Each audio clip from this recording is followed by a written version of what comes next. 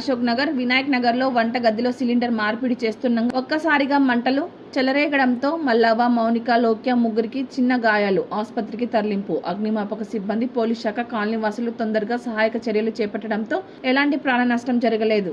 నమస్తే అండి, నేను కామారెడ్డి స్టేషన్ పై incharge station fire officer Ravinder Reddy. మాకు ఇప్పుడు అశోక్ నగర్ కాలనీకి సంబంధించి వినాయక్ నగర్లో ఒక గ్యాస్ లీకేజ్కి సంబంధించినటువంటి ఫైర్ కాల్ రావడం జరిగింది.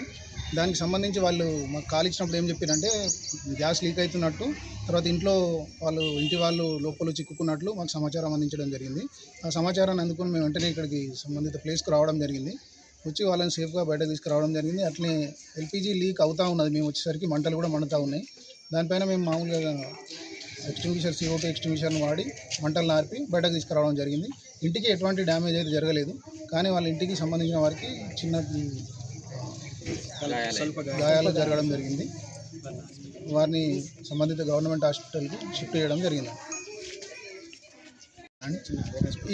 ఇప్పటి అగ్ని ప్రమాదం ఎట్లా జరిగిందంటే ఎల్పిజి గ్యాస్ లీక్ అవడం వలన జరిగింది.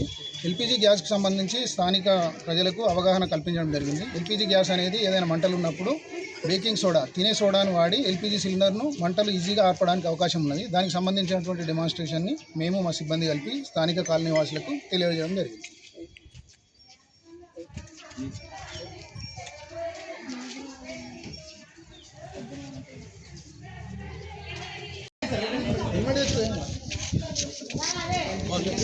రమేష్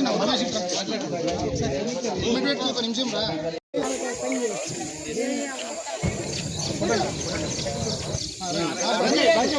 తొందరగా